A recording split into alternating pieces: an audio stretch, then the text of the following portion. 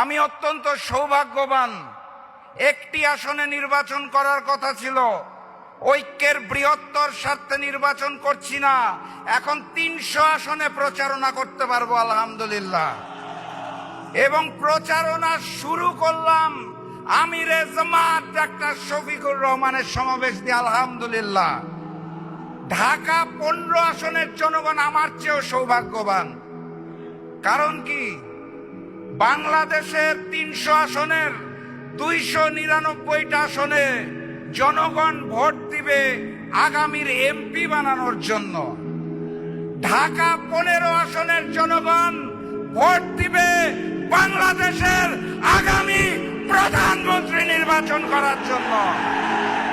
আপনারা এমপি নির্বাচন করবেন না, আপনারা প্রধানমন্ত্রী নির্বাচন করবেন ইনশাআল্লাহ।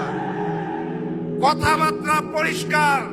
ডাক্তার শফিকুর রহমান বলে দিয়েছে ঐক্যবদ্ধ বাংলাদেশ। আমরা সেই ঐক্যবদ্ধ বাংলাদেশ, আমরাই বাংলাদেশ।